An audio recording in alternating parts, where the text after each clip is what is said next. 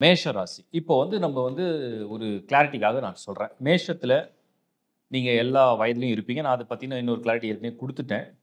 1 round, second round, 3 round எந்த age குரூப்ல இருக்கீங்க, அத பொறுத்து பலன்கள் அப்படிங்கிறத நீங்க அந்த வீடியோலருந்து அந்த நாலேட்ஜ வந்து நீங்க கெயின் பண்ணிக்கலாம். இப்போ என்ன சொல்ல போறோம்னா, மேஷ ராசி இந்த சனி வந்து 12த் ஹவுஸ்ல பொசிஷன் எடுக்கும்.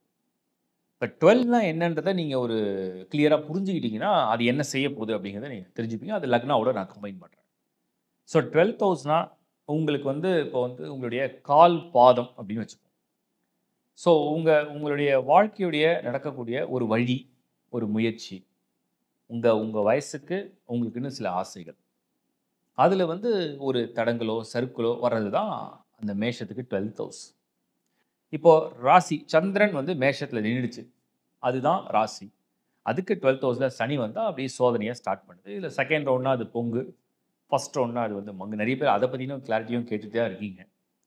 உங்க ஜனன ஜாதகத்துல சந்திரனுக்கு முன் வீடு சனி இருந்துருச்சுன்னா, அதுவே பிறக்கும் பொழுதே 7 சனி. ஸோ அது ரஃப்லி அந்த கால்குலேஷன் தான். அது நீங்க பர்த் சார்ட்ட பார்த்தா தான் புரியும். அத பத்தின கிளாரிஃபிகேஷன் ஒரு வீடியோ ஆல்ரெடி குடுத்துருக்கேன். அத பார்த்தீங்கன்னா புரிஞ்சிரும். இப்போ நம்ம வந்து இத எப்படி லக்னத்தோட நம்ம வந்து பொறுத்தது. ஃபர்ஸ்ட் நீங்க புரிஞ்சுக்க வேண்டியது மேஷ ராசிக்கு சனி தசை நடக்கிற வாய்ப்பு இருக்கா? சனி தசை நடக்குமா? அப்படிங்கிறத நம்ம உறுதிப்படுத்திடலாம். எப்படி அத உறுதிப்படுத்துறது? நீங்க பிறந்திருந்தால் அஸ்வினி, இல்லன்னா பரணி, இல்லன்னா நீங்க வந்து கார்த்திகை நட்சத்திரம் முதல் பாதம்.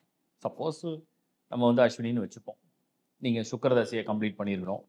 ரஃப்லி ஒரு 20, 22 இயர்ஸ் வரைக்கும் சுக்கிரன். அப்புறம் சூரிய, சந்திர அங்காரகன், அதாவது செவ்வாய். அது ஒரு 23 இயர்ஸ். ஸோ சுக்கிரன் ஒரு 22, இது ஒரு 23, 45 ரஃப்லி. 45 வயசு வரைக்கும் இதுவே போகும். அதுக்கப்புறம் ஒரு 18 வருஷம் ராகு வந்துரும். கிட்டத்தட்ட ஒரு 60, 63. அப்புறம் குரு தசை ஒரு 16 வருஷம். அப்போ அது ஒரு 16 ஆட் பண்ணீங்கன்னா 73, 71, 80 வயசு வரைக்கும் அஸ்வினி நட்சத்திரத்தில யாராவது பிறந்தீங்கன்னா, சனி திசை தோராயமாக 80 வயதில தான் வரும்.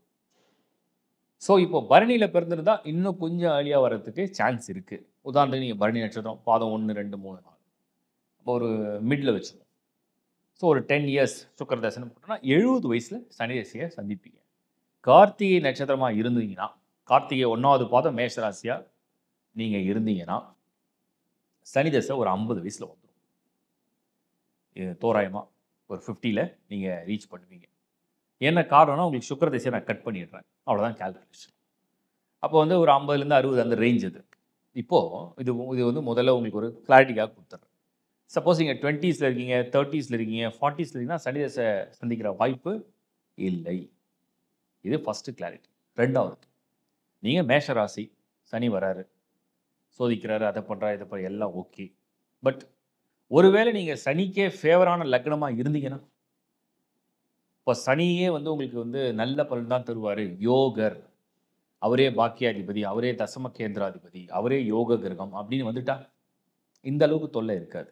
அதாவது கொஞ்சம் அலைச்சலோ, இல்ல தொல்லையோ, இல்ல கொஞ்சம் வருத்தமோ இருந்தாலும் கடைசியா எடுக்கிற முயற்சியெல்லாம் சக்சஸ் குடுக்கும்.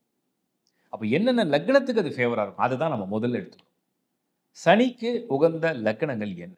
நம்பர் 1 ரிஷபம் தான். ரிஷபத்துக்கு தான் சனி வந்து முழு முதற் யோகர். அவரே 9, அவரே 10. 9க்கும் 10க்கும் அதிபதி அவர்தான். ஸோ சனி வந்து உங்களுக்கு வந்து தர்ம கர்மாதிபதியான யோகத்தையும் அந்த ரிஷபத்துக்கு தான் தரார். டிஃபால்ட்டா அவரே 9 அண்ட் 10 2த்துக்கும் அவர் தானே அதிபதி. அடுத்தது பார்த்தீங்கன்னா, துலாம் 4 அண்ட் 5 அதுக்கு துலாம். இந்த 2 தான் வந்து முழுமையா சனி வந்து யோகத்த குடுக்கக்கூடிய ஒரு அமைப்ப தருது. மத்ததெல்லாம் பார்த்தீங்கன்னா, இப்போ மிதுனம் எடுத்துக்கலாம், கன்னி எடுத்துக்கலாம், மகரம், கும்பம் இதெல்லாம் வந்து மிதமான யோகர் தான். கெட்டவர் இல்ல. இது இரட்டைப்படை வீடுகள்னு வரும். இரட்டைப்படைன்னா, சனி வந்து 2 ஹவுஸ்க்கு இன்ஃப்ளூயன்ஸ் பண்ணுவார். இப்போ உதாரணத்துக்கு மிதுனம் எடுத்தீங்கன்னா, அவரே 8க்கும் அதிபதியா இருப்பார். அவரே 9க்கும் அதிபதியா இருப்பார். பட் லக்கிலி அவர் லார்ட் ஆஃப் 9ஆ இருக்கிறதுனால, அதிக கெடுதல செய்யறதுல சப்ஜெக்ட் டூ உங்க ஜனன ஜாதகத்துல சனி எங்க பொசிஷன் எடுத்திருக்கு.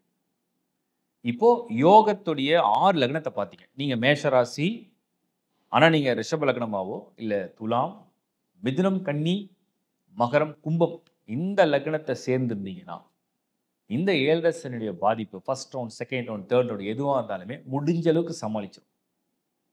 இதுலயும் உங்க பர்த் சார்ட்ல ஜனன ஜாதகம்ல அந்த சனி வந்து ஒரு நல்ல டிகிரில, ஒரு நல்ல ஹவுஸ்ல, நல்ல வீட்ல ஒரு நல்ல ஸ்தானத்துல, ஒரு நல்ல கிரக சேர்க்கையில, ஒரு நல்ல கிரக பார்வையில, அது அழகா இருந்ததுன்னா, வக்ரம்லாம் அடையாம, டெஃபினட்டா முடிஞ்ச அளவுக்கு நல்ல ரிசல்ட்ட குடுத்துரும். இந்த 7 சனியால வர இந்த இன்னல்கள், துன்பங்கள், துயரங்கள முடிஞ்ச அளவுக்கு எவ்ளோ முடியுமோ குறைச்சிரும். இதுதான் சனியுடைய ப்ளஸ்ஸா நான் பார்க்குறேன்.